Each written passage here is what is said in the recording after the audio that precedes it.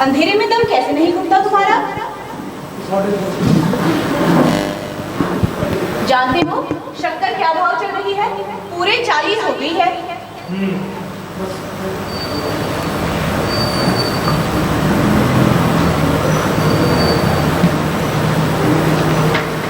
कितनी बार कहा है एस्ट्रे ले लिया करो, झाड़ू मार मार कर तो कमर मेरी टूटती है ना।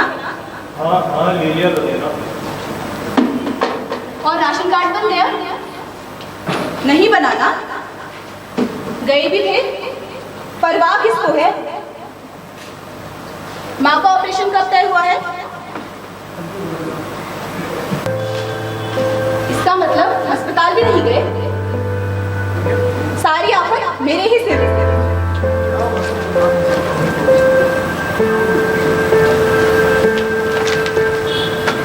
अब बोलते क्यों नहीं कुछ? क्या हुआ? कुछ नहीं। फिर क्या हुआ? सिन्हा का काम किया? कौन सिन्हा? इसका मतलब सिन्हा का काम भी नहीं किया? मैं अकेले कहाँ मरूंगी? नहीं बढ़ाई होंगे ना नंबर? क्योंकि मैंने जो सिफारिश की थी कोई और करता तो? अभी तुम कहना क्या चाहते हो? यही कि सिन्हा को क्या जवाब दूंगी और वो अपने ऑफिसर को क्या जवाब देगा और उसके प्रमोशन का क्या होगा? लड़का पास होने लायक नहीं था तो इसमें मैं क्या करूँ? वाह वाह वाह वाह वाह, पास होने लायक होता तो तुमसे कहता ही क्यों? बोलो, सोचा भी है सिन्हा क्या कहेगा कि अच्छे एहसान फरामोश लोग हैं। अच्छा क्या एहसान फरामोशी की मैंने? तुम्हें ये नौकरी किसके कारण मिली और ये घर अस्पताल में सुविधाएं कौन दिलवा रहा है? बोलो, अगर एक आध नंबर बढ़ा ही देते तो कौन सा आसमान छूट जाता? अब चुप भी रहोगी? चुप रहने के सिवा मैंने आज तक किया ही क्या है? तुम जाकर बैठो हरिश्चंद्र के खाली आसन पर। अरे जानते हो शहर में क्या खबरें फैल रही है? कैसी खबरें? क्या हुआ? मुझे भी नहीं बताया। अब क्या बताऊं भाभी, बदकिस्मती से आज मैं कॉलेज नहीं जा पाया और इस साले ने मुसीबत खड़ी कर दी। जानती हो आज इन्हें प्रेसिडेंट के लड़के को ही नकल करते हुए धक्का पहुंचा। यानी राजकुमार को? हाँ राजकुमार को, शहर के सबसे बड़े बंदे को। अब ये सब कुछ जानते हुए भी हमारी अकल में पत्थर के पड़ जाते हैं। ये तू छोरा सामने रखकर नकल जो कर रहा था कैसे छोड़ देता उसे? हाँ हाँ तुम्हें बच्चे हो साले, सच्चाई और ईमानदारी की औलाद, आराम से रहना, किस्मत में बधा हो तब ना। हाँ तुम्हें क्या गरज पड़ी थी? कर रहा था नकल तो करने देते, कौन सा आसमान छूट जाता? इस बार तो अच्छी खासी मारकाट होगी और उसकी जिम्मेदारी थोपी जाएगी इनके सिर। तुम इतना समझाने के बाद भी मानते क्यों नहीं? क्या इस प्रकार बहादुरी दिखाने की तुम्हारी उम्र रह गई है? अरे अब क्यों समझा रही हो? सारी जिंदगी तो इसके नखरे उठाती रही, इसके आदर्शवादी की पूजा करती रही, तो अब क्यों भड़क रही हो? तुम लोग मेरी भी कुछ सुनोगे? अरे कान पक्के हैं तुम्हारी बातें सुनते सुनते।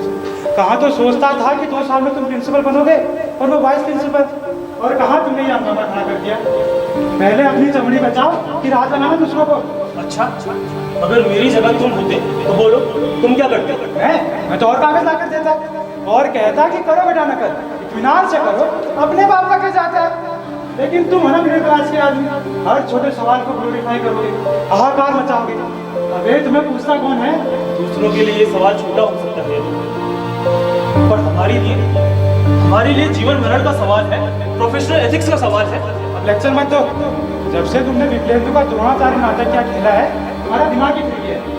ये मिडिल क्लास का नपुंसक दोस्त छोड़ो, जाओ प्रेसिडेंट के पास, हाथ पांव जोड़ो और केस को रफा दफा करा। यदु अरे और नहीं तो क्या, माँ कैंसर से अस्पताल में पड़ी है, विधवा बहन हर पहली तारीख को तुम्हारे मनी ऑर्डर का इंतजार करती है और लड़के को मेडिकल कॉलेज तो भेजना है। अरे इनकी तरफ देखो, छोड़ो सिद्धांत तो जानते कि मुल्क का। तुम्हें समझाना बेकार है यदु भाई, समझदारी से तो उनकी दुश्मनी है। दीवार में से पीटते आज ही उम्र कट गई। अगर तुमने उस प्रेसिडेंट की लड़की की रिपोर्ट कर दी और क्या करता है? हमारे प्रिंसिपल ने तो लास्ट रिपोर्ट देंगे, क्या कहता है? कहता है रिपोर्ट दबा दो। मुझ पर रिपोर्ट वापस लेने के लिए दबाव डाला। तो रिपोर्ट वापस क्यों नहीं लेते? और रिपोर्ट वापस नहीं ली जा सकती। बात बहुत आगे बढ़ चुकी है। तो मरो, जब प्रेसिडेंट नौकरी से निकाल देगा तब अकल ठिकाने आएगी तुम्हारी। ऐसे कैसे निकाल देगा? क्या दूसरे प्रोफेसर चुप बैठेंगे? देखिए इस दुनिया में रहते हो, जानते नहीं तुम्हारा हाथ सिलेक्ट की जिम्मेदारी दे रहे हैं क्योंकि तुमने प्रेसिडेंट को नाराज कर दिया। हर एक सोचता है कि बड़ा अवार्ड है अब खतरे में पड़ गया। कोई साथ नहीं देगा। बिंदु का साथ किसने दिया? सब बुजुर्गों की तरह धोखा बैठे थे और दोनों ने बीच चौराहे पे उसके साथ दिया। क्या हुआ? उसने भी तो एक हमारी तरह बड़े आदमी के लड़के को नकल करते हुए पकड़ा था। एक आदमी को दवाई देने का अब चाहे कोई साथ दे या ना दे, मैं रिपोर्ट वापस लूंगा। तुम अकेले कुछ नहीं कर पाओगे अभी भी वक्त है। मेरा कहना मानो, जाओ रिपोर्ट वापस ले लो। अब तुम कहाँ चल रही है? ये जरा पता लगाऊं, आखिर लड़के कुछ तो योजना बनाए रहे होंगे, उनकी इरादों की भी तो जानकारी होनी चाहिए। तुम मेरी बात फिर से सोचना, कोई साथ नहीं देगा, किसी का भरोसा मत करना।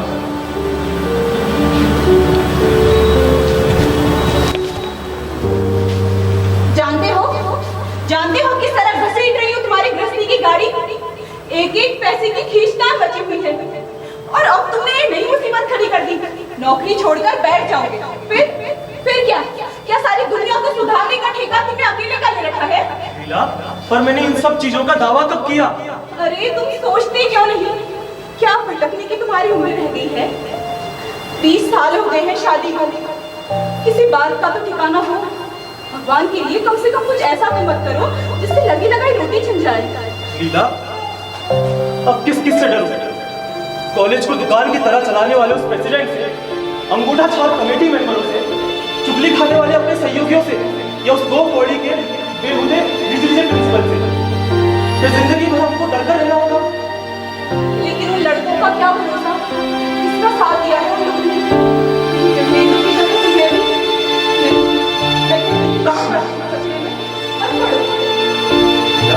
चिंता मत करो, जो होगा देखा जाएगा। तुम बैठो, मैं भी जाता हूँ।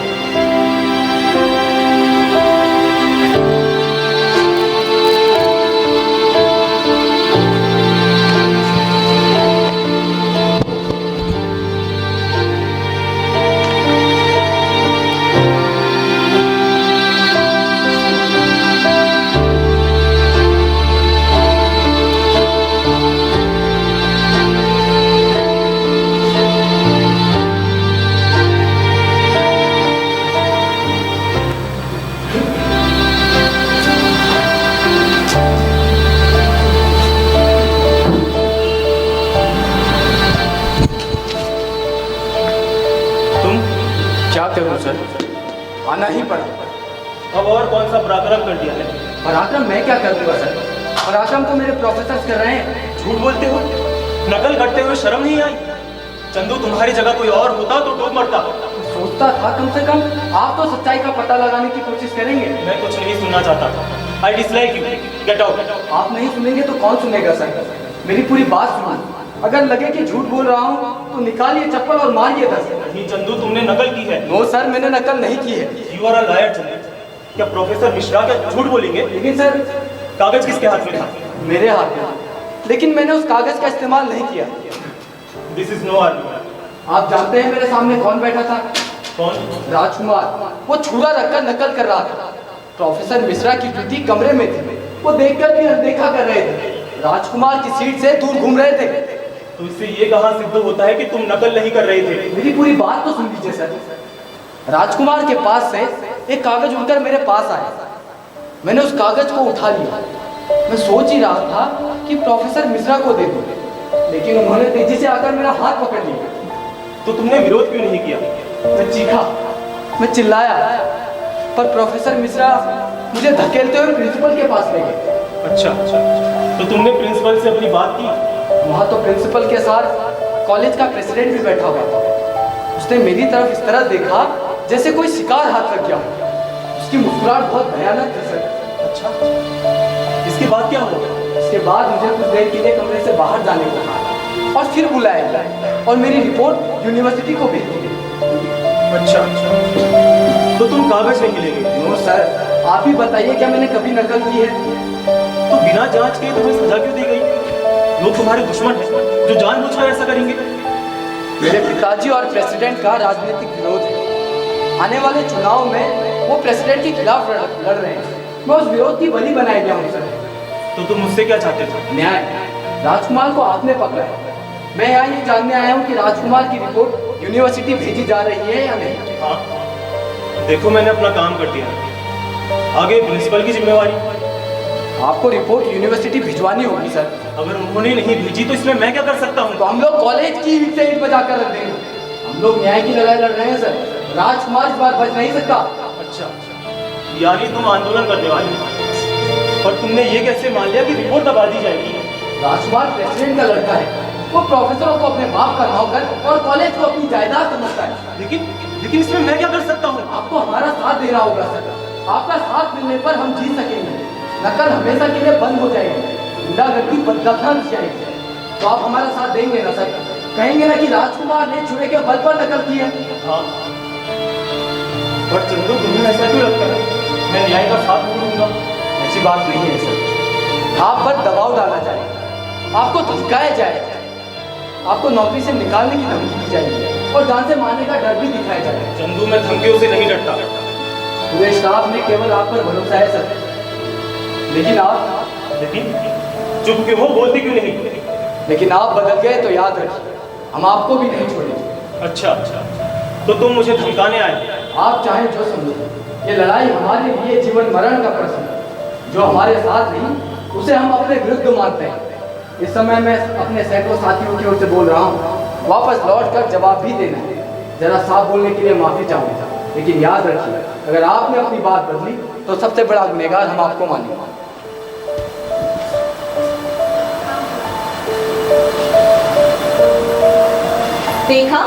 देखा अपना लाडला विद्यार्थी कितनी बदतमीजी से बात कर रहा था। क्या इन लोगों के लिए मुसीबत उठाओगे? उसका दोष नहीं है रीना। मतलब इन लड़कों की ओर से नेतागिरी करोगे? लेकिन उनका पक्ष न्याय का है। लेकिन कहीं लड़ाई हो गई और छुरे चल गए तो सारा दोष तुम पर मत दिया जाएगा। तो तुम क्या चाहती हो? क्या मैं झूठ बोल दूं? लेकिन न्याय देने के लिए तुम्हें जज किसने बना दिया? कभी कहना माना है मेरा? कितनी बार कहा मत पड़ो कचरे में, मत पड़ो कचरे में, लेकिन तुम। सर आप बैठिए। आप नहीं आए तो सोचा मैं ही चलूं। भूमिका बनाओ या फिर सीधे सीधे पूछो? सीधे सीधे ही पूछिए। क्या तय किया है आपने? यही कि मैं रिपोर्ट वापस नहीं लूंगा।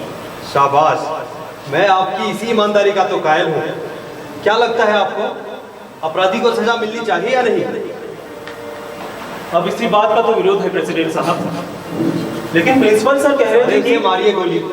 निहायती बेवकूफ किस्म का आदमी है, न पर्सनालिटी है न ग्रेस है, बस दिन भर है करता रहता है।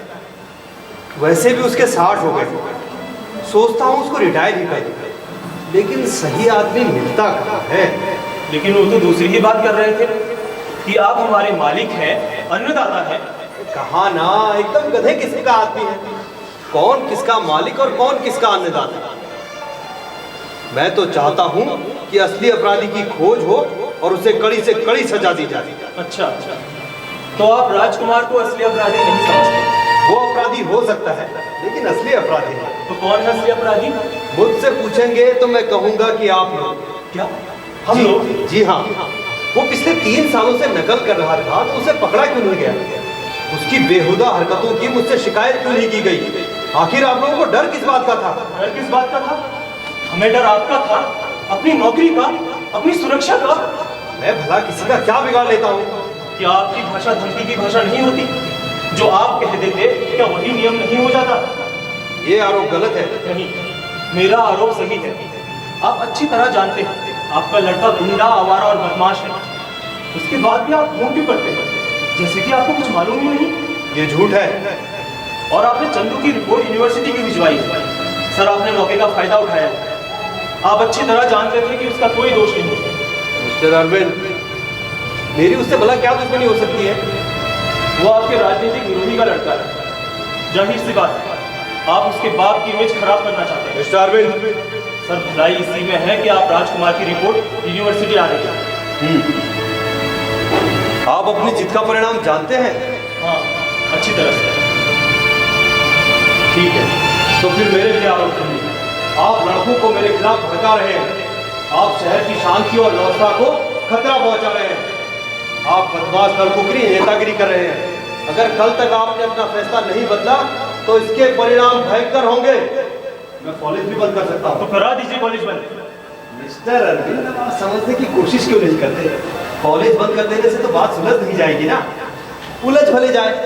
राजकुमार को रखिए एक तरफ। जरा सोचिए, इस घटना से मेरी पब्लिक इमेज को कितना धक्का पहुंचेगा। चुनाव का टिकट भी हाथ से जाता रहेगा। सर, आपके नजरिए से बात ठीक हो सकती है, पर पर मैं रिपोर्ट वापस नहीं लूंगा। अब क्या कहूँ, घर से जाने में क्या सोचकर चला था, लेकिन आपने ऐसा रुख अपना लिया है कि बात सारी धरी की धरी रह गई। वो आपका प्रिंसिपल है ना, सोच रहा था उसकी छुट्टी कर दी और उसकी जगह आपको। मुझे कहा ना, you are the only professor. कुछ मामलों में आपसे विरोध जरूर हो सकता है, पर मैंने कभी भी आपकी काबिलियत पर शक नहीं किया। माई कार्ड्स आर ओपन, सोच लीजिए, टेक योर ओन टाइम। लेकिन कल सुबह तक मुझे सोचकर जरूर बता दीजिएगा। चलता हूँ। चाय नहीं पियेंगे? अभी नहीं, कल फैसला सुनने के बाद। क्या सोच रही हो? प्रिंसिपल नहीं बनोगे? लीला, तो क्या मैं बेईमान हो जाऊं?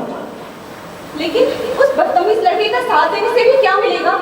प्रेसिडेंट से दुश्मनी छन जाएगी और तुम्हारे सहयोगी भी कहाँ साथ दे रहे हैं। लड़ोगे किसके भरोसे? लेकिन लीला, चंदू को दगा देने का मतलब समझती हो? सैकड़ों विद्यार्थी मेरे खून के प्यासे हो जाएंगे।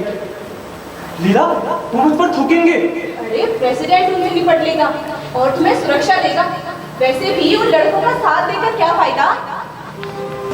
यदु, तुम हाथ पी रहे हो। लीला, कुछ अंदाजा भी है शहर में क्या हो रहा है? क्या हुआ?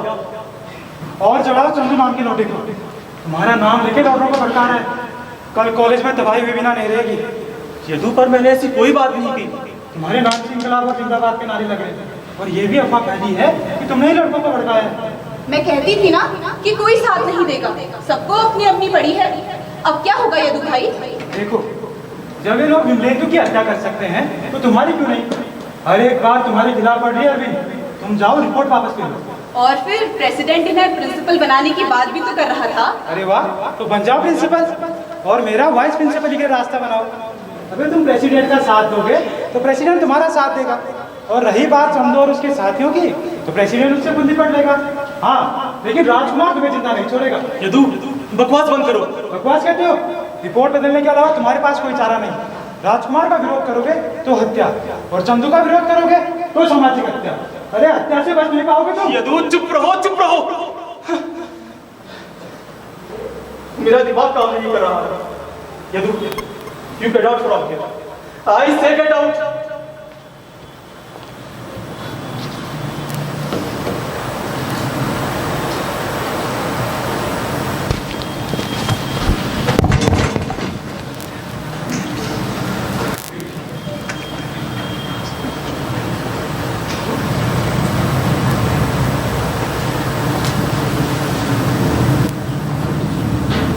कौन है वहां? कौन हो तुम? पहचानो? क्या साल भर में ही भूल गए? तुम्हारी आवाज तो विमलेंदु की है, पर चेहरा कहाँ गया? मृत्यु ने उतार कर फेंक दिया। चेहरे केवल जिंदा रहते बदले जा सकते हैं अरविंद। 1, 2, 100 या 1000, पर मृत्यु चेहरा हमेशा उतार कर रख देती है। तो तुम विमलेंदु की प्रेत? हाँ, प्रेत। जिंदा प्रेतों के बीच एक और प्रेत। मैं तुम्हारे मन की अंधेरी गलियों से आ रहा हूँ अरविंद। बहुत अंधेरा है वहाँ, बड़ी मुश्किल से रास्ता मिला। अब बताओ, क्यों बुलाया मुझे? मैंने बुलाया है तुम्हें? और नहीं तो क्या, मैं बिना बुलाए कहीं नहीं जाता। मैं बताऊं तुमने क्यों बुलाया? तुम पूछना चाहते हो कि मरते समय मैं क्या सोच रहा था। जब गुंडों ने मुझ पर हमला किया तो मेरी मनः स्थिति क्या थी? हाँ विमलेंदु, बलिदान करते समय तुम क्या सोच रहे थे? बेवकूफ, बलिदान शब्द वापस ले। मैं तुम्हारी क्लासरूम में बैठा फर्स्ट ईयर का लौंडा नहीं हूँ जो वजनी शब्दों के माया दर्पण में अपना चेहरा झांकने लगूं। मैं शब्दों से परे हूँ, मैं चेहरों से परे हूँ। विमलेंदु, मैं मान नहीं सकता। जो कुछ तुमने किया वो बलिदान था, आत्मत्याग या आदर्श? बंद करो ये बकवास, बहुत सुन चुका मैं। चिता पर मेरी लाश रखी थी और तुम लोग लेक्चर दे रहे थे। हर आदमी ये बताने की कोशिश कर रहा था कि वो मेरा कितना जिगरजान दोस्त है। जो कुछ मुझ में नहीं था उसे ढूंढ ढूंढ कर बखान किया जा रहा था, पर सच्चाई क्या थी जानते हो? मैं कैसे जानूंगा भला? इसका मतलब इसका मतलब तुम अपनी मृत्यु पर दुखी हो। और नहीं तो क्या, मेरी कोई उम्र थी मरने की। 3 साल पहले शादी हुई थी, फूल सी बच्ची, पत्नी का उबलता प्यार, नाटक की दुनिया में नाम पैदा करने की ख्वाहिश, सब धरा का धरा रह गया। इंदु, तो तुमने नकल पकड़ी ही क्यों? बेवकूफी के लिए कोई तर्कशास्त्र है क्या? अरे आ गया जोश में और हो गई गलती। लेकिन मैं क्या जानता था कि सजाए मौत मिलेगी। और जो तुम ये आत्म बलिदान की गाथा गा रहे हो ना, जिंदा हो इसीलिए, मरो तो पता चले कि जीवन क्या होता है। लेकिन नकल उसकी ऐसी तैसी। मेरी बीवी साल भर से दर दर भटक रही है, कोई उसे नौकरी नहीं देता, सब आश्वासन देते हैं। सब बकवास है अरविंद, सब बकवास है। तो तुम चाहते क्या हो? जाओ उस प्रेसिडेंट से समझौता करो, प्रिंसिपल बनो। अरविंद, क्या तुम्हारी भी मेरी तरह मृत्यु की ख्वाहिश है? मैं समझौता नहीं करूंगा। मैं भी देखूंगा। मेरे नाटक का द्रोणाचार्य भी यही कहता था, समझे तुम? द्रोणाचार्य से क्यों करते हो?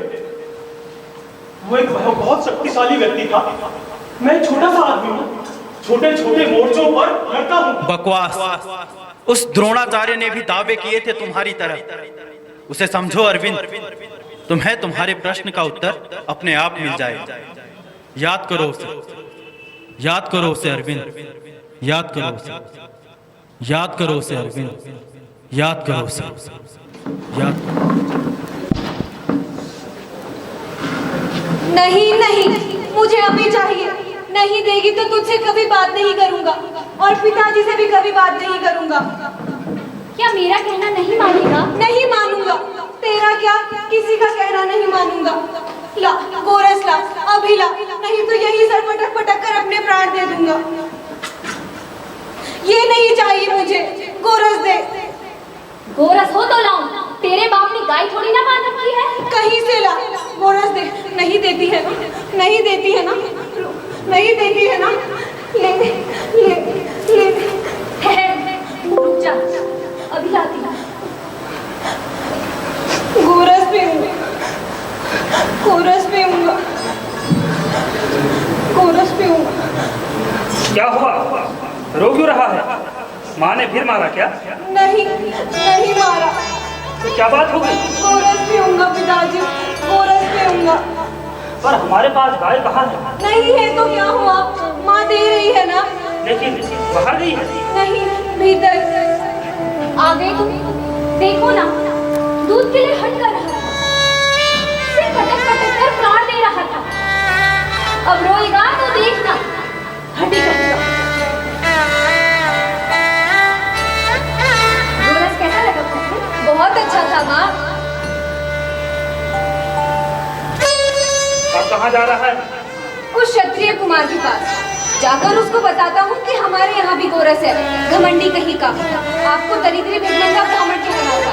अभी बता दो क्षत्रिय कुमार। तो बताओ, द्रौपदी क्या कहा? तुम्हें देखकर बहुत खुश हुआ होगा ना? ये बात मुझे नहीं। द्रौपदी क्या कहा? 100 से कम राय क्या दी होंगी? 1000 और मुद्राएं कितनी दी? ऐसे थोड़ी ना विदा कर दिया होगा। देखिए पूछा, अकड़ थी, पर मानती कहाँ थी? अश्वत्थामा को तुमने क्या पिलाया? दूध। और क्या इस पात्र में दूध था? झूठ क्यों बोलती हो? अब जाने भी दो। हाँ बताओ, द्रौपदी ने क्या कहा? तुम्हारा स्वागत किस प्रकार किया? राजसभा बुलाई होगी तुम्हारे सम्मान में। इस पात्र में क्या था? द्रुपद के यहाँ से आने के बाद अब कोई बात खाली नहीं पड़ी। पात्र में जिसके नाम पर आटे का घोल था। क्या उस छोटे से बच्चे के साथ कपट करते हुए तुम्हें शर्म नहीं आई? इस बात पर नहीं पड़ी है तुम्हारी। मैं कहती तो विश्वास करते तो। मुझे चुगलालू स्वभाव और दरिद्री कहकर बोलते। मुझे अभी भी विश्वास नहीं होता। विश्वास क्यों होगा? कभी अपनी लड़की की हड्डियां गिनी है तुमने? इस महीने का लड़का कहलाता है तुम्हारा बेटा। इससे पूछो, कैसे जुटाती हो 2 दिन की रोटी? नानार्थी जीवन नरक बनाया किसने? मैंने या तुमने? अब बोलते क्यों नहीं? कहाँ मर गई अकड़ तुम्हारी? सोने नहीं आ जाता, कपड़े नहीं आ जाते। तुम कहना क्या चाहती हो? वही जो ध्रुवत की हम भेजते समय कहा था। पर ध्रुवत ने क्या क्या जानती हो? उसने तुम्हें कुछ ना कुछ तो दिया होगा।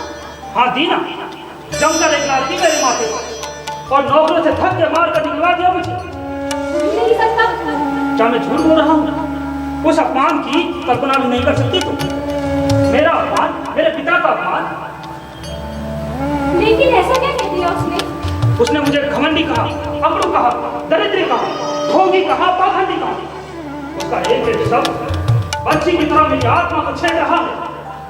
लेकिन इस अपमान की नौबत ही क्यों आनी थी तुमने? मैंने दी थी। तुमने जरूर अकड़ दिखाई होगी। अपनी विद्वता और ज्ञान का एक लंबा भाषण दिया होगा। नहीं गिरती, मैंने वैसा कुछ नहीं किया। जीवन में इतनी समर्पित भाषा कभी नहीं निकली मेरे मुंह से। उसके बाद भी अपमान। कृपी, मेरा रोम रोम जल रहा है। इच्छा तो होती है कि एक ही बार से उसका सिर छेद कर दूं। ले चुके बदला, अपने इकलौते बेटे के लिए दूध की एक बूंद तक नहीं जुटा सकते, उसके मुंह से बदले की भाषा हुआ जानता है। कृपी, तुम मुझे नहीं जानते। अब मैं ऐसी स्थिति को याद करूंगा जो केवल युद्ध की भाषा बोले। लेकिन पढ़ाओगे है भी कोई विद्यार्थी, राज सत्ता को नहीं मिला। तुम कहना क्या चाहती हो? मैं कहा कहती हूँ कि अपमान को भूल भी होगी। ध्रुवत से बदला अवश्य लो, पर उतावली नहीं। योजना बना, उसका नाश उसकी जाति में करना।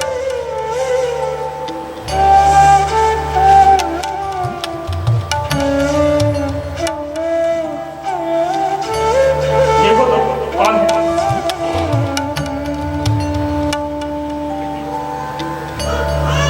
कोई राजपुरुष लगता है। अरे ये तो भीष्म आ रहे हैं। और अपने यहाँ आश्चर्य है। देखो कैसा संयोग है। उसे सत्ता से जुड़ने के लिए कह रही थी और सत्ता स्वयं चली आ रही थी। विवेक से काम लो, हो सकता है तुम्हारा संकट। भीष्म आप यहाँ आई। क्या आप जैसे आचार्यों के दर्शनों के लाभ भी ना हो? फिर भी आचार्य द्रोण, आज तक आपकी धनुर्विद्या के बारे में सुना ही, लेकिन आज अपनी आंखों से देखा। धन्य है आप। ऐसा क्या नहीं किया आपने? धनुर्विद्या का ऐसा चमत्कार इसकी मैं कल्पना भी नहीं कर सकता। कैसा चमत्कार? बाणों की सहायता से आचार्य ने कुएं में गिरी गई पहुंच दिया। पांडु और धृतराष्ट्र के पुत्रों ने जब इस घटना की जानकारी मुझे दी तो मैं बहुत प्रभावित हुआ। देखिए ये तो बहुत साधारण सी बात है। मैं इस चमत्कार से बहुत अभिभूत हूँ आचार्य। आप चाहते क्या? यही कि आप चलकर राजपुत्रों का आचार्य पर चिंतन करें। मैं और राजपुत्रों का आचार्य? लेकिन भीष्म में ये तो शालीनता के कारण ऐसा कह रहे हैं। इन्हें आपकी बात सुनाई है। तो मैं निश्चिंत हुआ आचार्य, चलकर आपके स्वागत की व्यवस्था करूँ। मुझे थोड़ा विचार करने दीजिए। इनकी बात मुझ पर छोड़िए। इस पर रानी गुरु पूर्णिमा तक राजधानी अवश्य पहुंचेगी। आपने अच्छी बात बताई। दीक्षा के लिए गुरु पूर्णिमा से बढ़कर के कहाँ मिलेगा? तो आचार्य आपको लेने रथ आएगा, मैं आपकी प्रतीक्षा करूँ।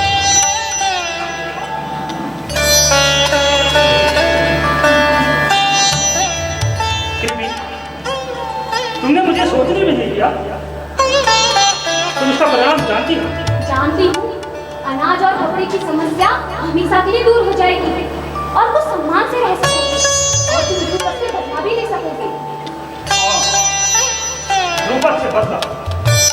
ध्रुवत का नाश करना कैसे नीति संगत?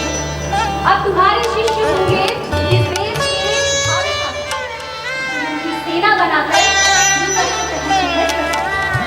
हाँ, जब मेरी नीति यही है तो मैं क्या करूँ? कृपी, मैं तैयार हूँ।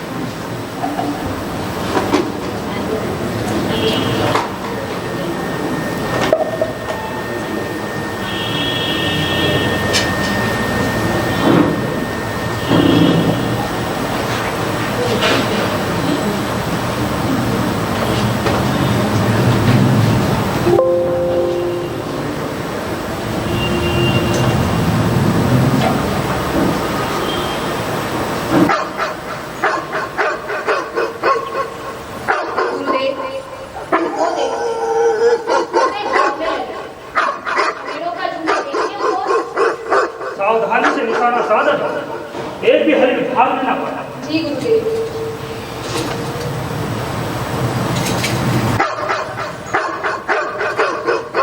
गुरुदेव, हमारे शिकारी को पर कहीं से बाढ़ आ रही है। कौन हो सकता है? ऐसा लगता है मानो कोई बाणों से उनका मुंह सीरा हुआ है। पर धनुर्विद्या का इतना बड़ा चमत्कार करने वाला कौन? चलो आगे चलकर देखते हैं।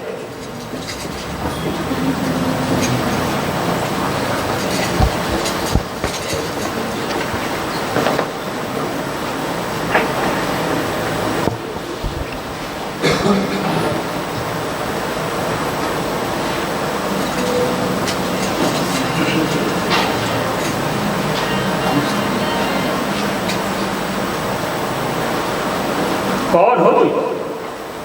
गुरुदेव, आप मुझे गुरुदेव क्यों कह रहे हो? आप मेरे गुरुदेव हैं, इसलिए। पर मैं तुम्हें पहली बार देख रहा हूँ। पहली बार देखी गुरुदेव? दूसरी बार? क्या 10 वर्ष पहले मैं आपसे नहीं मिला था? मैं आपका शिष्य बनना चाहता था। तब आपने मेरी प्रार्थना ठुकरा दी थी। ठीक ही किया था। शास्त्रों के अनुसार मेरी विद्या केवल ब्राह्मण और क्षत्रियों के लिए है। लेकिन योग्यता और प्रतिभा? इन दोनों से व्यवस्था बड़ी है। क्या आप भीतर से इस व्यवस्था में विश्वास रखते हैं? हाँ, जो व्यवस्था तोड़ी नहीं जा सकती उस पर ही विश्वास करके जिया जा सकता है। पर तुमने इतनी विद्या सीख कहाँ से? इतनी विद्या तो मेरे प्रिय शिष्य अर्जुन को नहीं आती। ये सब आपकी कृपा है गुरुदेव। आपके आशीर्वाद से मेरी विद्या कृतार्थ हुई। अपने इस वनवासी शिष्य से गुरु दक्षिणा मांगी। लेकिन किस आधार पर? मैंने तुम्हें दिया क्या? प्रेरणा। ये तुम्हारी शालीनता है। चाहे जो हो, मैं आपको अपना गुरु मानता हूँ और मैंने ये सिद्ध कर लिया कि मैं एक बहुत नालायक शिष्य नहीं हूँ। क्या मेरी गुरु दक्षिणा भी स्वीकार नहीं? क्यों नहीं? क्यों नहीं? जब तुम इतना जिद कर रहे हो, लेकिन तुम दे भी सकोगे। आप मांगिए तो। मेरी गुरु दक्षिणा तुम्हें बहुत दुख देगी। प्राणों से अधिक तो कुछ नहीं लेगी। तो सुनो, मुझे तुम्हारे दाहिने हाथ का अंगूठा चाहिए। क्या? दाहिने हाथ का अंगूठा? ये आपने क्या मांग लिया गुरुदेव? अंगूठा देने के बाद मैं क्या रह जाऊंगा? आप आशीर्वाद दे रहे हैं या श्राप? फिर मांगने के लिए क्यों कहा? क्या चेतावनी नहीं दी थी मैंने? वैसी बात नहीं है गुरुदेव। गुरु दक्षिणा तो मैं दूंगा ही, किंतु एक प्रश्न पूछूं? कैसा प्रश्न? क्या आप इस अर्जुन से इसका दाहिना हाथ मांग सकेंगे? क्या आप भीम से उसकी भुजा मांग सकेंगे? अगर आप मांगेंगे भी तो नहीं मिलेगी। फिर आपने मुझसे ही अंगूठा क्यों मांगा? क्या आप अपने शिष्य की हत्या नहीं कर रहे? तो मत दो, मैं कोई दबाव तो नहीं डाल रहा हूँ। गुरु दक्षिणा तो मैं दूंगा ही। मैं अभी आया पूजा की सामग्री लेकर।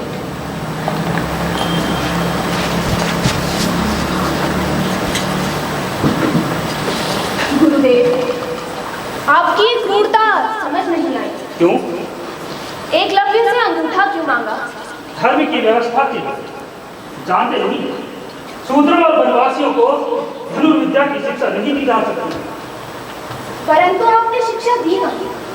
क्या आपको गुरु दक्षिणा देना भी अपराध हो गया? एकलव्य का अंगूठा बने रहने का अर्थ समझते हो? धनुर्विद्या पर उसका अधिकार हो जाए, धीरे धीरे उसकी जाति का अधिकार हो जाए।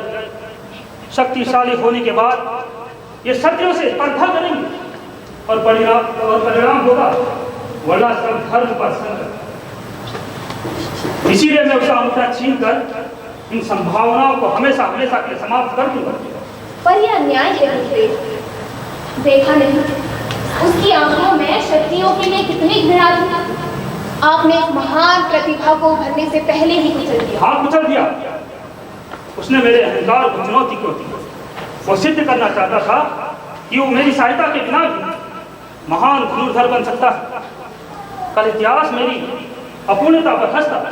इतिहास तो कल फिर भी आप पर हंसेगा गुरुदेव। जब भी प्रतिभा को जाति और व्यवस्था के नाम पर कुचला जाएगा तो लोग आपको ही याद करेंगे। इतिहास आपको कभी क्षमा नहीं करेगा गुरुदेव। ये तुम कह रहे हो? कम से कम तुम्हें तो नहीं कहना चाहिए। मगर क्यों? क्योंकि यही बनवासी आगे चलकर तुम्हारी राह का सबसे बड़ा कांटा बनता। तो बनने देते, उसे जीतने के लिए और अधिक लिखना सीखता। नहीं अर्जुन, उसकी प्रतिभा स्वयंभू है। तुम उसके सामने नहीं ठहर सकते। आपके रहते? हाँ, मेरे रहते। एकलव्य ने मुझे अपनी सीमा की पहचान दी। क्या इसीलिए आपने? याद है, एक दिन मैंने बहुत प्रसन्न होकर तुम्हें आशीर्वाद दिया कि तुमसे बड़ा धनुर्धर कोई नहीं होगा। आज मैं अपना वचन पूरा कर रहा हूँ। क्षमा कीजिए गुरुदेव, पर यह अन्याय है, उस पर भी और मुझ पर भी। तुम पर क्यों? क्योंकि मैं संसार के सबसे बड़े धनुर्धर को अपनी आंखों से देख चुका।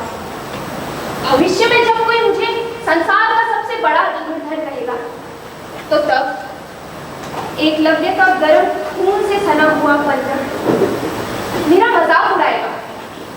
गुरुदेव, मैं अपनी अपराध भावना को कभी क्षमा नहीं कर पाऊंगा। मूर्खतापूर्ण बातों को बंद करो।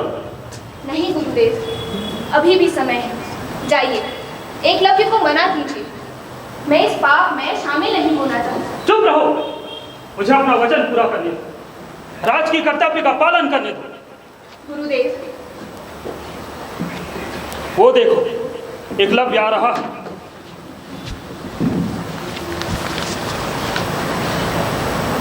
ये रही आपकी गुरु दक्षिणा गुरुदेव, ये रही आपकी गुरु दक्षिणा।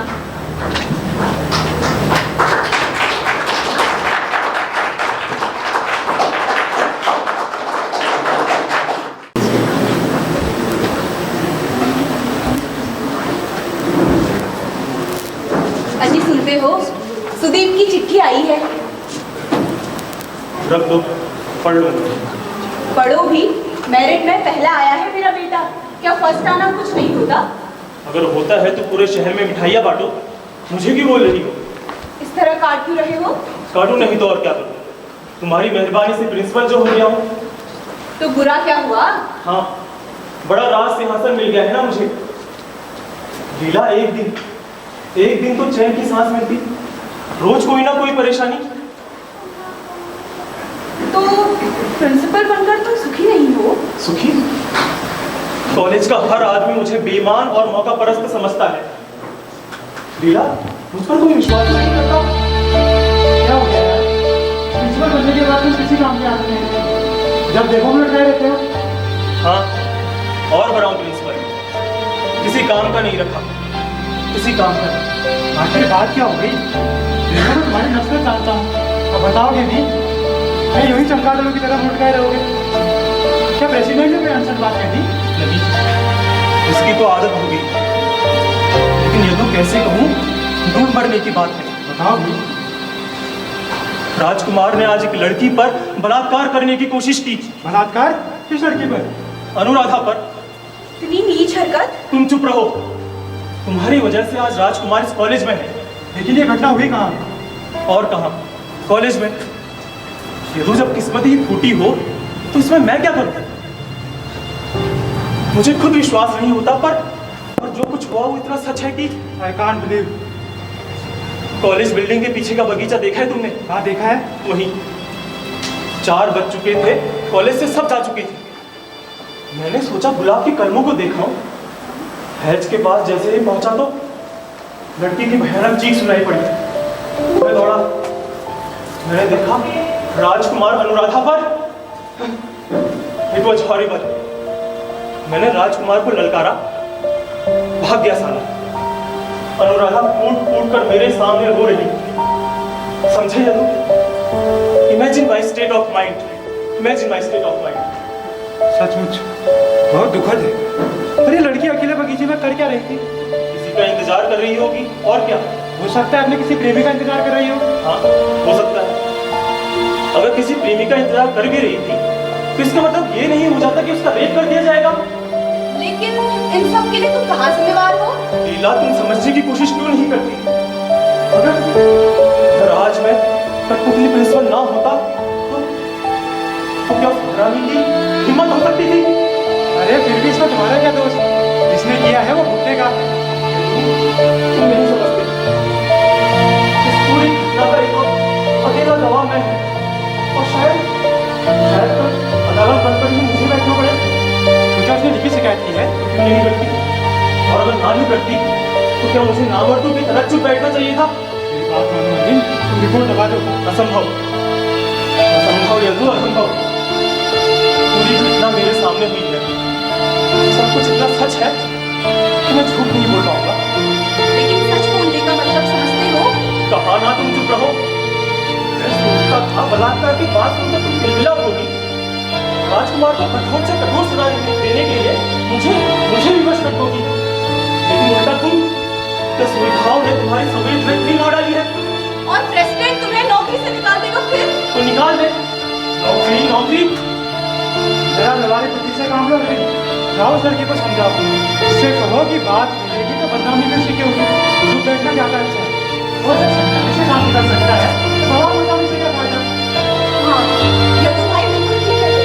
इससे घर पे झूठ नहीं बोलना पड़ेगा और संकट भी बढ़ जाएगा। लीला, कहा ना तुम चुप रहो। आप मैं आपसे जरा अकेले में बात करना चाहता हूँ। मिस्टर अरविंद, कॉलेज में इतनी बड़ी घटना हो गई और आपने मुझे इन्फॉर्म करना भी जरूरी नहीं समझा? सर, ये तो आपके पास ही आ रहे थे, बड़े परेशान थे तब से। कह रहे थे कि प्रेसिडेंट साहब भी बड़े चिंतित होंगे। क्या आपको कॉलेज से सीधे मेरे घर नहीं आना चाहिए था? लेकिन आपको फुर्सत कहाँ थी? आप तो उस लड़की से रिपोर्ट लिखवाने में लगे रहे। इसने रिपोर्ट खुद लिखी थी। और एक बात बताइए, अगर आपकी लड़की के साथ मिस्टर अरविंद, लीला, तुम भीतर जाओ।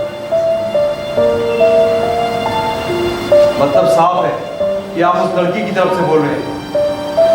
क्या राजकुमार के खिलाफ एक्शन लेने की सोच रहे हैं? ऑफ कोर्स, नहीं लूंगा तो लड़के मुझे फाड़ खाएंगे। आप नहीं जानते मैं कितना दुखी हूँ अपने लड़के की इस नीच हरकत से। तो उसे अपनी किए की सजा भुगतने दीजिए। अब आपसे क्या छुपाऊं? मुझे मंत्रिमंडल में लेने की बात चल रही है। मेरी इमेज नहीं बिगड़नी चाहिए। तो राजकुमार को रेस्टिकेट करवा दीजिए, इससे आपकी इमेज और उभर कर सामने आएगी।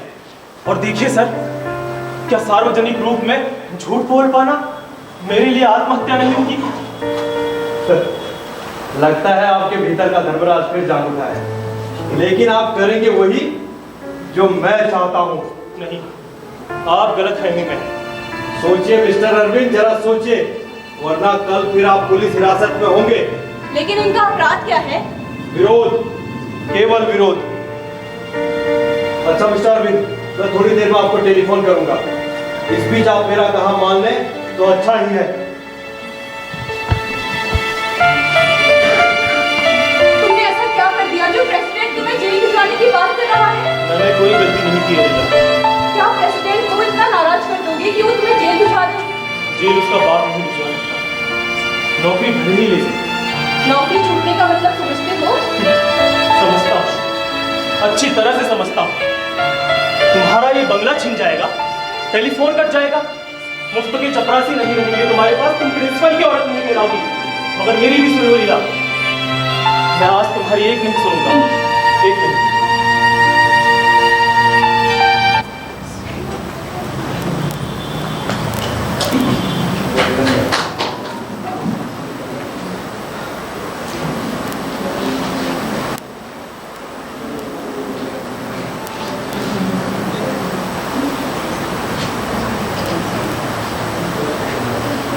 लीला, तुम इस समय यहाँ?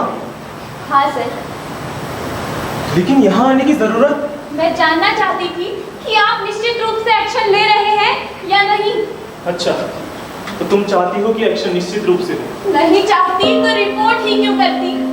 मैंने अपने माता पिता को बताया, लेकिन वो कहते हैं कि गरीबों का इन पचड़ों में पड़ना ठीक नहीं। लेकिन मैं एक्शन चाहती हूँ सर। ठीक है, कल मैं राजकुमार को रेस्टिकेट कर दूंगा। अगर आप मौके पर बदल गए तब? अनुराधा, तो तुम मुझ पर विश्वास नहीं करती? करना चाहती हूँ सर, लेकिन मन बहुत डरता है। अगर आप बदल गए तो मैं कहीं की नहीं रह जाऊंगी। मेरा विरोध एक मजाक बन के रह जाएगा। जरा सोचो अनुराधा, अगर तुम बदनामी का खतरा उठाकर भी लड़ सकती हो तो मैं पीछे क्यों हटूंगा? मेरा विश्वास करो, मैं तुम्हारा साथ दूंगा, चाहे इस बार मुझे नौकरी क्यों न छोड़ो। तो मैं आपके शब्दों पर विश्वास करती हूँ सर। इस मामले में आप ही एकमात्र गवाह हैं। अगर आप बदल गए तो मैं कहीं मुंह दिखाने लायक नहीं रहूंगी। तुम निश्चिंत रहो, अब तुम्हारी लड़ाई मेरी लड़ाई है।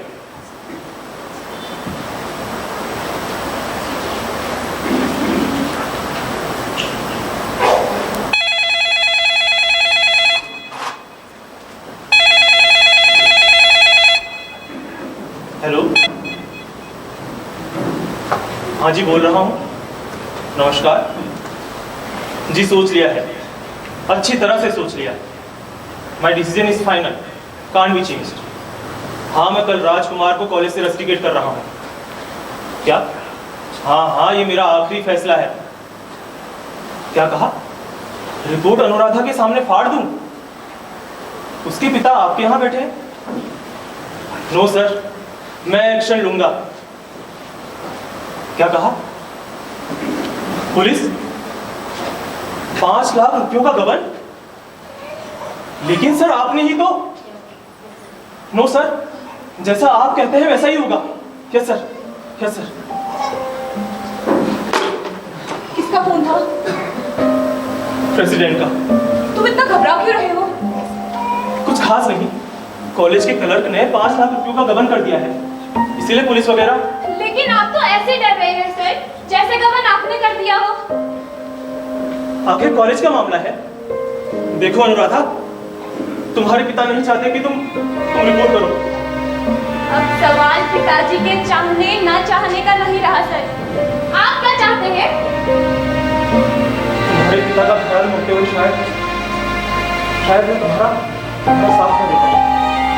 चंदू ठीक कहता था सर। क्या कहता था चंदू? वो आपको बड़े बड़े शब्द थूकने वाला नपुंसक बुद्धिवादी व्यक्ति कहता था। आपने सचमुच मुझे कहीं का नहीं रखा। मेरे सारे श्रम गिर गए, सारे श्रम। लेकिन अनुराधा, अब आपको चिंता करने की जरूरत नहीं होगी सर। कल शायद कोई सवाल ही न उठे। सुनो, रुको।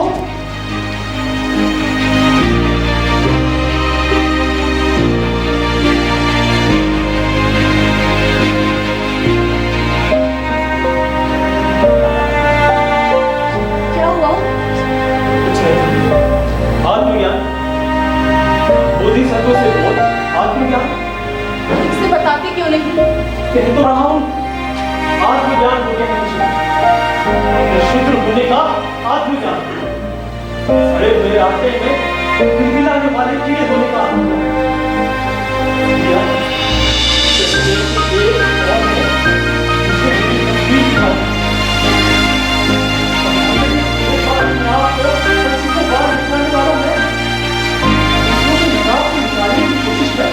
कुछ लंगा हो जाने वाला है। मुझ पर आखिर आपको क्या हो गया है?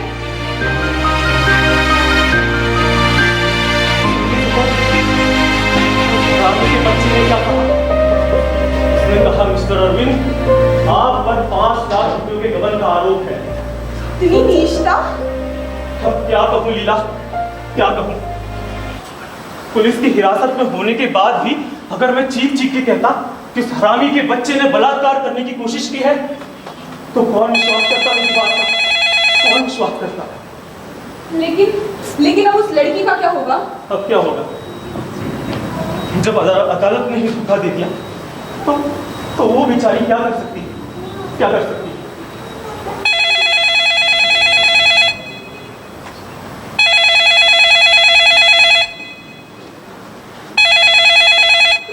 हेलो, क्या कहा? एक्सीडेंट? कैसा एक्सीडेंट? क्या हमारे कॉलेज की लड़की ट्रक के नीचे आ गई?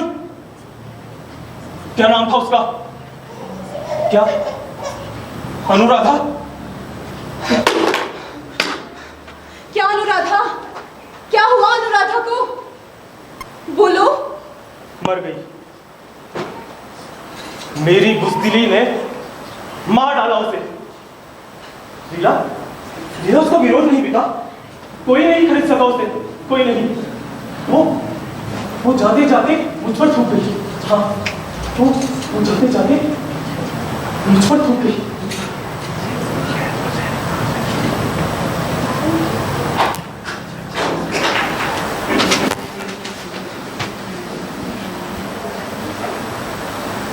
अरविंद, इस्तीफा लिख रहे हो क्या? तुम फिर आ गए। तुम इस्तीफा क्यों लिख रहे हो? मेरे प्रश्न का उत्तर दो। सब कुछ जानते हुए तुम पूछते क्यों हो? क्या ऐसी मनस्थिति में मेरा नौकरी कर पाना संभव है? नौकरी के अलावा तुम कर भी क्या सकते हो? तुम ऐसा कहते हो? हाँ, मैं ऐसा कहता हूँ। मैं भी तुम्हारी जगह होता तो इस्तीफा लिखता जरूर, लेकिन थोड़ी देर बाद फाड़ कर फेंक देता। ये जानते हुए भी कि एक निरपराध लड़की की खून की जिम्मेवारी मेरे सिर है। सिर्फ तुम जिम्मेवार नहीं हो, तो और कौन है? 3 लोग, प्रेसिडेंट, लड़की का बाप और तुम। प्रेसिडेंट अगर तुम्हें पुलिस की धमकी नहीं देता तो तुम अपना निर्णय बदलते। जानते हो, अनुराधा के पिताजी ने अपना विरोध 5,000 रुपए में बेच दिया। प्रेसिडेंट ने सब इंतजाम करके रखे थे। मेरी बात मानो, फाड़कर फेंक दो इस्तीफा। ठाठ से नौकरी करो अरविंद। अभी तक तुमने गबन नहीं किया है, लेकिन अब करो। प्रेसिडेंट का साथ दो। नहीं विमलेंदु, मैंने उस लड़की को दगा दिया है। मुझे अपने पाप का प्रायश्चित करने दो।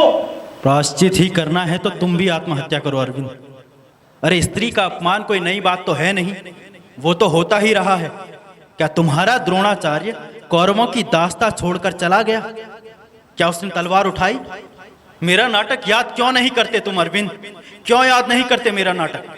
द्रौपदी का सार्वजनिक रूप से अपमान हुआ, द्रोणाचार्य वहीं खड़ा था, वो क्यों चुप रहा? बोलो, क्यों चुप रहा वो? तुम मेरा नाटक याद क्यों नहीं करते अरविंद? याद करो मेरा नाटक, याद करो, याद करो मेरा नाटक, याद करो अरविंद, याद करो मेरा नाटक। क्या सोच रहा है? कुछ नहीं। क्यों इतना सोचता है? इस उम्र में लोग तुझे दार्शनिक कहने लगे हैं। माँ, पिताजी नहीं आए। जानती हो, आज सुबह पांडव राजधानी छोड़कर वनवास चले गए। जानती हूँ, तो क्या करूं? चीखूं? तू क्यों नहीं चीखा? अब क्या चीखूंगा? जब चीखना था तब तो चुप रहा, कायरों की भांति। मेरे संस्कारों में ऐसी क्या गड़बड़ी थी माँ, जो मेरा खून गर्म नहीं हुआ, मेरे शब्द पुकार कर खड़े नहीं हुए? माँ बताओ, ऐसा क्यों नहीं हुआ? और पिताजी, वो क्यों चुप रहे? ये प्रश्न तुम मुझसे क्यों पूछ रहा है? तो किससे पूछूं? मुझे संस्कार किसने दिए? क्या तुमने और पिताजी ने नहीं दिए? तब ऐसा क्यों हुआ माँ? तुम उत्तर क्यों नहीं देती? मैं नहीं जानती। रजस्वला, 1 वर्ष का द्रौपदी का राजभवन में उसको निर्वस्त्र किया जा रहा था, फिर भी मैं चुप रहा। आकाश के टुकड़े कर देने वाली मर्ग भेदी आवाज से वो पुरुष जाति को चीख चीख कर पुकार रही थी माँ, फिर भी मैं चुप रहा। बताओ माँ, ऐसा क्यों हुआ? मुझे नहीं पता। तुमने मुझे अन्याय और अत्याचार को देखते ही उसकी गर्दन तोड़ देने की शिक्षा क्यों नहीं दी? और वनवास जाने से पूर्व पांडव पिताजी से मिलने क्यों नहीं आए? मैं क्या कह सकती हूँ? नहीं आए, उनकी मर्जी। नहीं माँ, बात इतनी आसान नहीं है। कल की घटना के पश्चात वो लोग पिताजी से घृणा करने लगे हैं। पिताजी उनके लिए अब आदरणीय नहीं रहे माँ। पिताजी, वनवास जाने से पूर्व पांडव आपसे मिलने क्यों नहीं आए? क्या वे आपके शिष्य नहीं हैं? अब मैं उनका गुरु कहाँ रहा?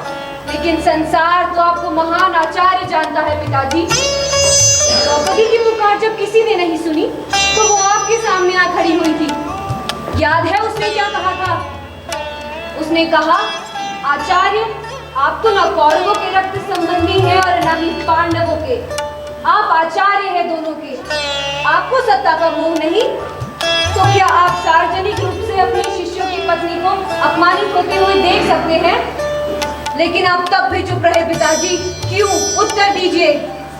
जो उसका जिम्मेदार है उससे ही पूछो। पिछली बातों के संदर्भ को जरा याद करो, जरा अपनी ओर तो देखो। क्या देखूं? साफ क्यों नहीं कहते कि तुम्हें अपने शत्रु द्रुपद की कन्या को अपमानित हुए देखकर एक हिंसक आनंद मिल रहा था? लेकिन वहां कृपाचार्य, विदुर और भीष्म भी तो थे, वो क्यों चुप रहे? लेकिन वो शिक्षक नहीं, आचार्य नहीं। तुमने चुप रहकर शिक्षक को अन्याय पीने की परंपरा दी। आने वाला इतिहास तुम्हें कोसेगा। और तुम उस दिन को क्यों नहीं याद करते जिस दिन मैंने अश्वत्थामा को दूध की जगह आटे का घोल दिया था? वही दिन था। उस दिन भूख मेरे सिद्धांतों से बड़ी हो गई, प्रतिशोध ने विवेक को जीता। उस दिन तुमने मुझे भड़काया। उस दिन तुमने मुझे राज की अन्न की दास्ता में धकेला। तुम्हें अश्वत्थामा के लिए दूध चाहिए था, अपने लिए वस्त्र, राजकीय सम्मान।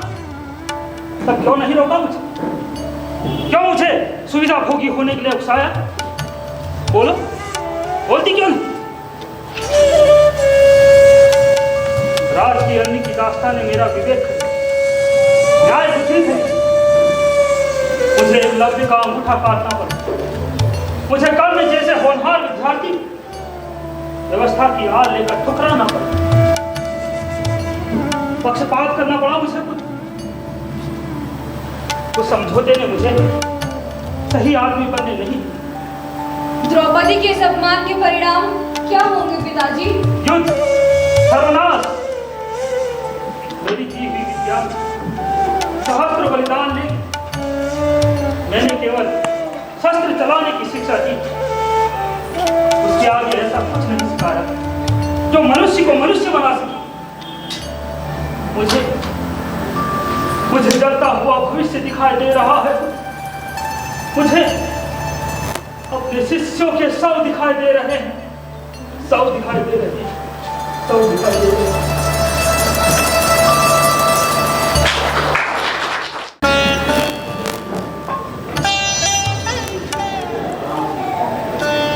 क्या सोच रहे हो कि कल अदालत में क्या होगा? मैं क्यों सोचूं? मैंने हत्या नहीं की है। मैंने कब कहा कि तुमने हत्या की है? तुम तो आत्महत्या भी नहीं कर सकते अरविंद। तुम जानते हो मुझ पर झूठा मुकदमा चलाया जा रहा है। तुम ये भी जानते हो कि मैंने प्रेसिडेंट को नहीं धकेला। लेकिन सच बताना, पिछले कुछ दिनों से प्रेसिडेंट के लिए तुम्हारे मन में नफरत थी या नहीं? तुम उसे भीतर भीतर नष्ट करना चाहते थे। पिछले साल जब इस क्लिफ से कूदकर एक व्यक्ति ने आत्महत्या की तो तुम उस स्थान को देखने गए थे या नहीं? हाँ, गया था। उस स्थान को देखकर प्रेसिडेंट को धकेलकर उसकी हत्या करने का विचार तुम्हारे मन में आया। हाँ, आया था। लेकिन भाग्य ने तुम्हारा साथ दिया अरविंद। एक दिन प्रेसिडेंट बैलेंस नहीं संभाल सका और खुद ही नीचे गिर गया। क्यों? सही कहा ना मैंने? हाँ, प्रेसिडेंट अपनी मौत पर आ है। मैं अपराधी नहीं हूँ, मुझे फंसाया जा रहा है। प्रेसिडेंट की खुशामद से तो तुमने सबका भरोसा खो दिया अरविंद। अब तुम केवल इस बात को लेकर परेशान हो कि कल चंदू अदालत में क्या बोलेगा। चंदू कल सच बोलेगा? सच के सिवा कुछ बोल ही नहीं सकता। उसके सच बोलने का अर्थ समझते हो? तुम्हारा अपराध सिद्ध हो जाएगा। वो मुझे बचाएगा नहीं। चंदू से मेरा विरोध हो सकता है, उस पर मैंने अन्याय किया है, ये भी सच है। पर वो मेरा शिष्य है। देखना वो मुझे बचाएगा। हाँ, शिष्य होना काफी नहीं होता अरविंद, वो मनुष्य भी तो है। तुम्हारे मुकदमे का चश्मदीद गवाह है वो। उसने सब अपनी आंखों से देखा है। मैं तुमसे यही कहने आया था कि संभालो उसे, संभालो उसे अरविंद, उसे संभालो, उसे संभालो अरविंद, उसे संभालो, उसे संभालो।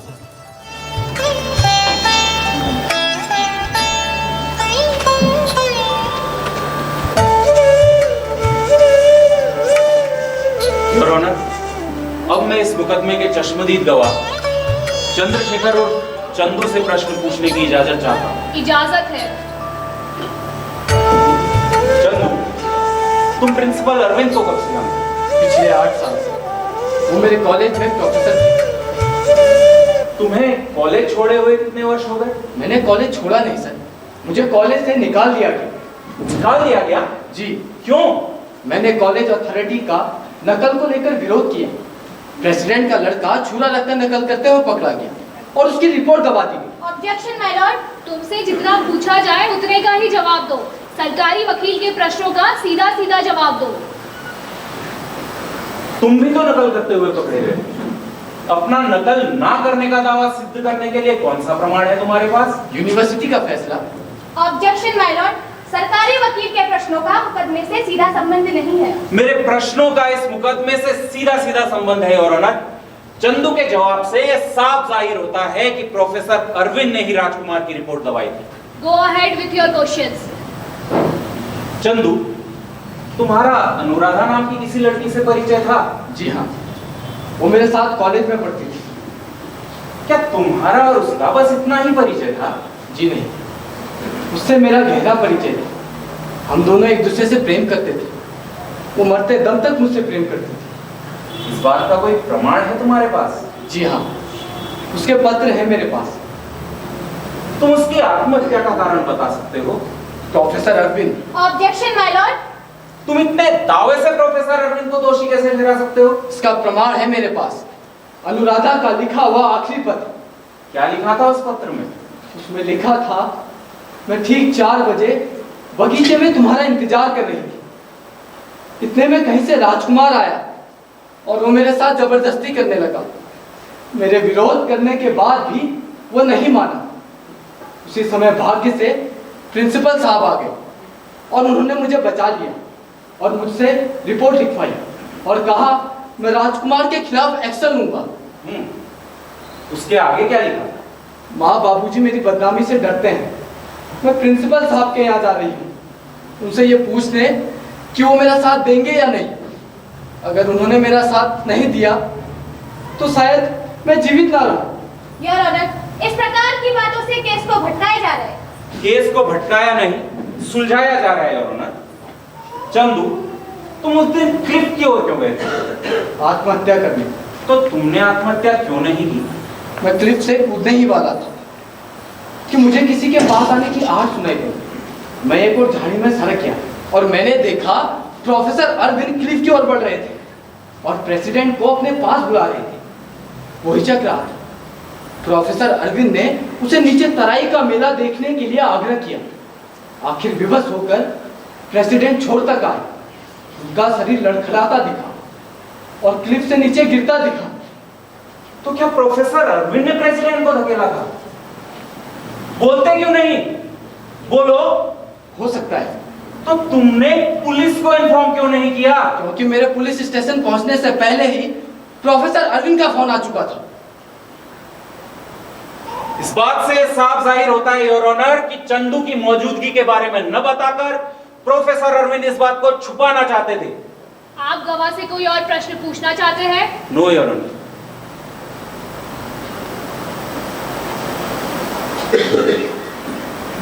Now the defense counsel may cross-examine the witness.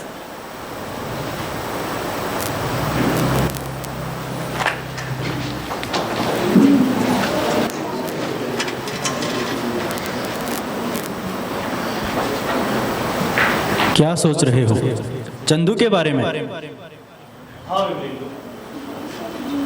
Chandu सच क्यों नहीं बोला? लेकिन वो झूठ भी तो नहीं बोला। उसने कहा हो सकता है। लेकिन वो जानता था मैंने प्रेसिडेंट को नहीं धकेला। वो ये भी जानता था कि मैंने हत्या नहीं की है। पर फिर भी वो झूठ क्यों बोला? यही प्रश्न पूछा था द्रोणाचार्य ने, बिल्कुल यही प्रश्न। क्यों भूल जाते हो बार बार मेरा लिखा हुआ नाटक? याद करो, महाभारत का 15वां दिन। द्रोणाचार्य स्वयं सेनापति था। घमासान युद्ध, उसने भयानक पद्माकर व्यू की रचना की थी। वो लड़ रहा था, पांडवों की सेना पर कहर ढा रहा था। लेकिन इसी बीच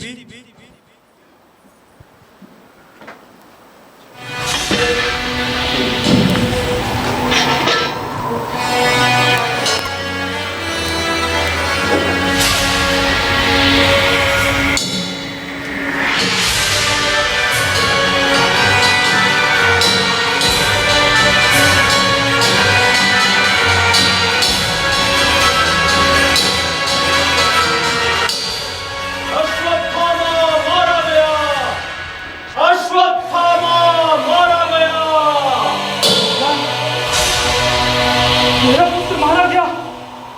अश्वत्थामा, रुको। क्या अश्वत्थामा मारा गया?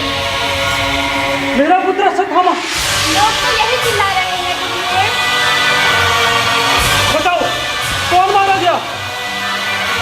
अश्वत्थामा नाम का हाथी जो मेरा पुत्र। बताओ कौन मारा गया? कोई नहीं जानता, कोई बताने को तैयार नहीं। युधिष्ठिर, यहाँ आओ। मुझे कुछ दक्षिणा चाहिए। यहाँ इस युद्ध भूमि में? हाँ, यहाँ इस युद्ध भूमि में गुरु दक्षिणा के रूप में बताओ कि कौन मारा गया? अश्वत्थामा नाम का हाथी जो मेरा पुत्र। सुना क्या पूछते? मेरा उत्तर इसी पर निर्भर।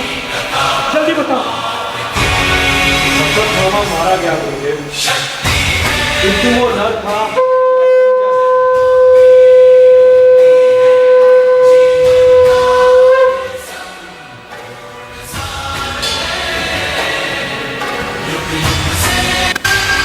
मेरा पुत्र अश्वत्थामा मारा गया। पुत्र अश्वत्थामा।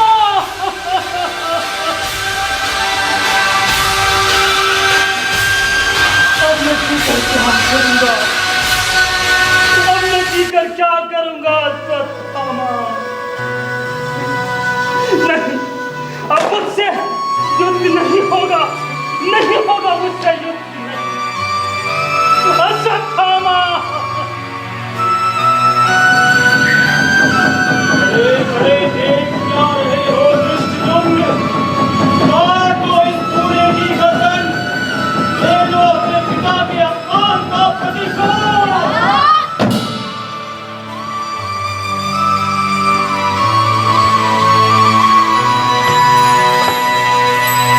पिताश्री,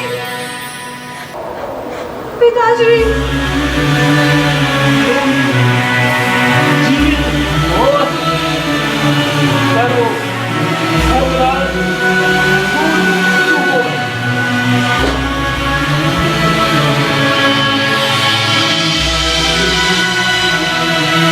अच्छा किया।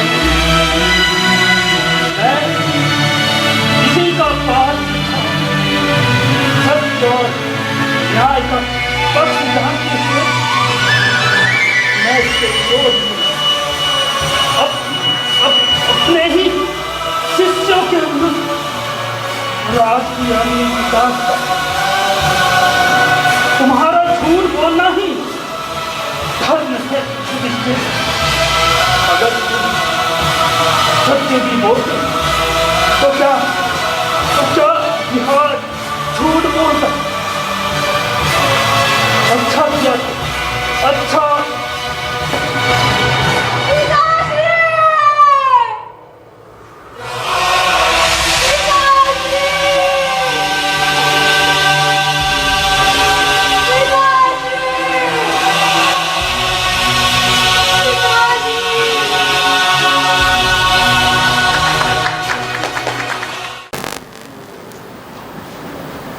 मिल गया ना तुम्हें अपने प्रश्नों का उत्तर? चंदू की धर्मराज से तुलना करना क्या ठीक है? फिर झूठ। तुम जानते हो कि तुम्हारे प्रश्न का उत्तर क्या है, पर तुम सच नहीं बोलना चाहते। बताओ, चंदू को झूठ बोलना किसने सिखाया? किसने सिखाया? तुमने और किसने? क्या मैंने? तुमने उसे कब सच बोलने के लिए उकसाया? तुम्हारे हर एक झूठ ने उसके हर विश्वास को गहरे धक्के दिए हैं अरविंद। कुल मिलाकर शिक्षक के रूप में तुमने उसे क्या दिया? अर्थशास्त्र पर भाषण माल्थस, पीगू और केन्स के सिद्धांत ये तो किताबों से भी पढ़े जा सकते थे।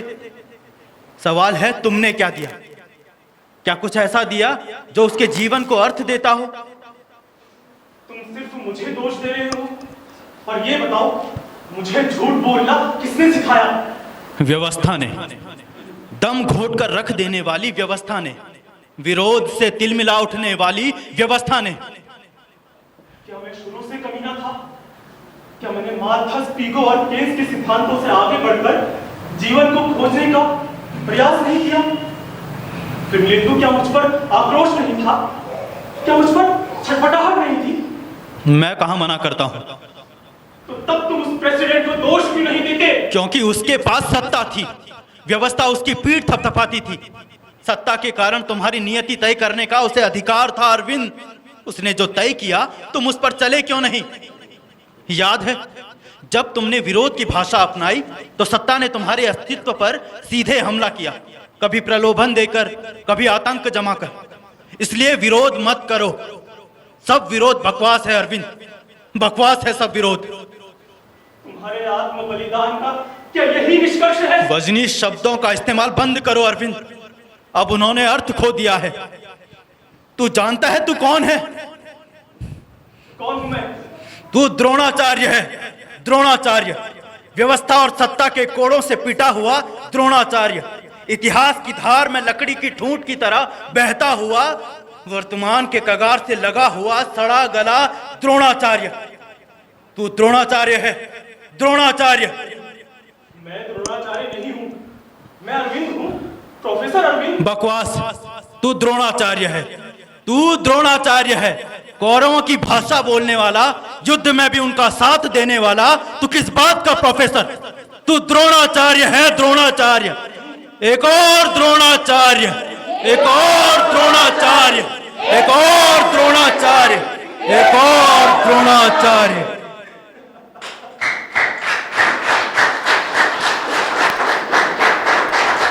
हेलो।